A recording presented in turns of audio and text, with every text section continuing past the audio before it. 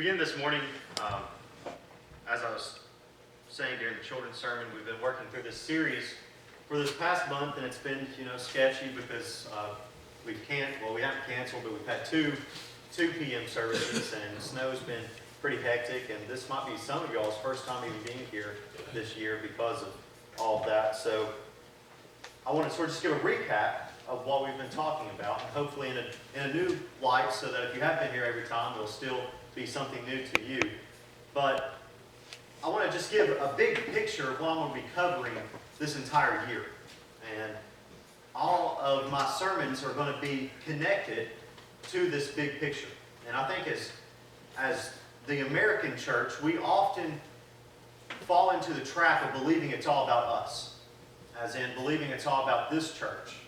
And I know many of you can relate to that, and viewing other churches and seeing how other churches work, it's all about them. All of their money goes toward their programs. All of the things that they do go to enrich their members.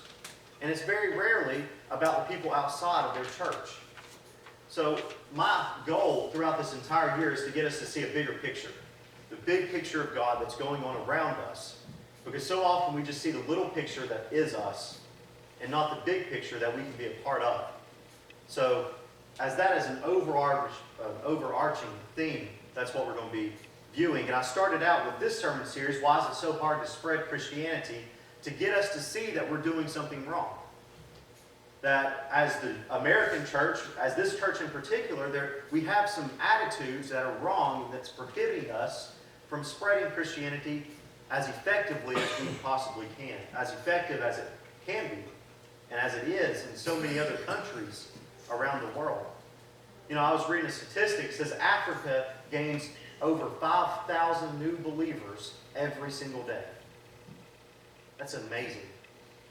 Now, I would probably go as far as to say that America loses 5,000 believers every day. Now, that's definitely not a fact by any means, but I would not be surprised to hear something like that. But the purpose of this series is to show us that we're doing something wrong and hopefully get us to a point of admitting that we're doing something wrong. Whenever you have a problem, whenever you have some kind of addiction or something, the first step is to admit that you have a problem. And it's only from admitting it and from seeing our problems that we can change those things and make them better and make them so that we can become more effective. And so that's the whole purpose of this series. And today, to wrap this up, I want us to get us to understand this one thing. And we all know it, but to really try to understand it and try to understand what it means makes a big difference. And it's this. Saying and doing are two different things. Saying and doing are two different things. Now, we all know this. We all in our hearts know that that's right. We know that saying something and doing something are definitely two different things. But that brings us to our scripture this morning. And I think I might be taking it a little bit out of context, but I think it makes sense, and I think we can see the parallel. So here we are at the Last Supper. Jesus is having this Passover meal with his closest and best friends. And then he calls out Judas. He knows that Judas is going to betray him. Judas leaves. The emotions are high. And Jesus starts teaching again. He says, I give you a new commandment, love one another, and by this, by you all loving one another, that is how people know you're my disciples. And then he says, I'm going somewhere and you can't follow me, but one day you'll be able to follow me. And then Peter speaks up, and you can imagine the emotions that's happening in this place. Peter speaks up and says, Lord, I want to go where you're going right now. I'm willing to do whatever it takes to get there right now. I'm willing to lay my life down for you right now.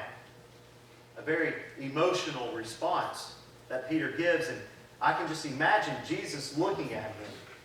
And I can't help but just thinking that Jesus is probably amused at this point and says, listen, Peter, not only will you not lay down your life for me, you're going to disown me 3 times before tomorrow.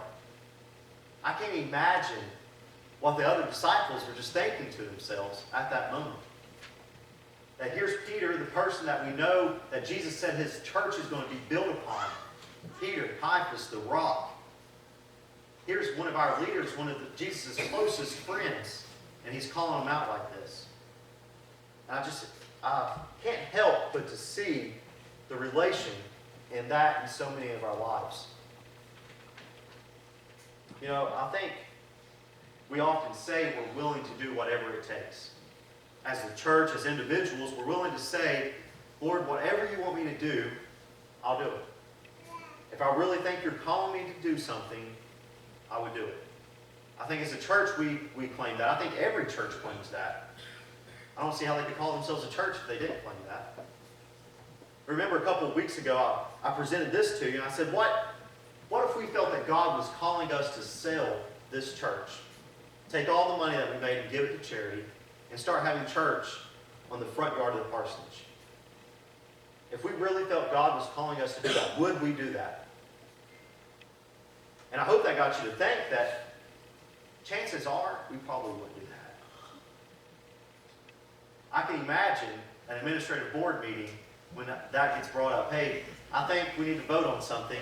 Let's sell the church. I can't even imagine. You could definitely hear a penny will drop in that moment. And then you're thinking of how can we get rid of Harrison because something's wrong with him. But I hope that gets you to think about that. If you felt God was calling you to the ministry today, would you be willing to quit your job? Would you be willing to give up your retirement to go and to do His work? If you really are willing to say that you're willing to do whatever it takes. But saying and doing are two different things. And we learned that with Peter right here. He says he's going to do something, and of course we find out that saying and doing are two different things. I think that's why it's so hard to spread Christianity. If we could get to that point, if we could boil everything down, it's because of that. And one of the arguments and the things that I brought up came from this book that we've been incoherently focused on throughout this series. And it's called Unchristian, What a New Generation, talking about my age group from 16 to 29, what a new generation really thinks about Christianity and why it matters. And I want to just give out some couple of statistics that they found. 10% of outsiders in my age group, outsiders being people that don't go to church, people that are not Christians, that claim they're not Christians, 10% of those people have a good impression of born-again Christians. That's it. 10%. And this book's just filled with statistics that are eye-opening like that, but here's just another one.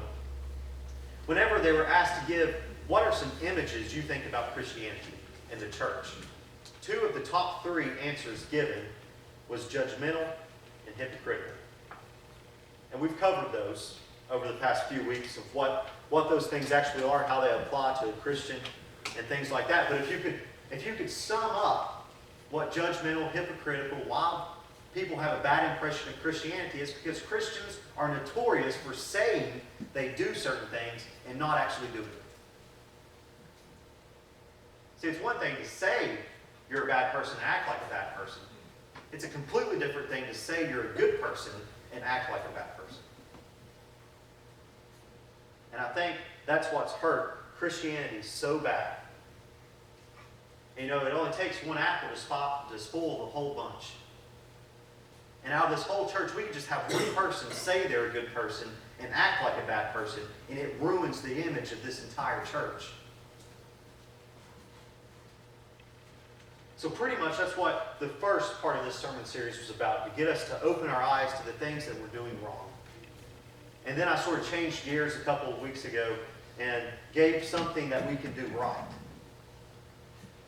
And it focused on what are the basic fundamental changes that we can change. What are the things, the fundamentals that we can change that will make spreading Christianity more effective. And I gave this example of Scripture when Jesus gave 2 commandments. He said, these are the most 2 important commandments that you could ever know, that you could ever live by. And it was what? The first one is love God with all your heart, with all of your soul, and with all of your mind. And he said the second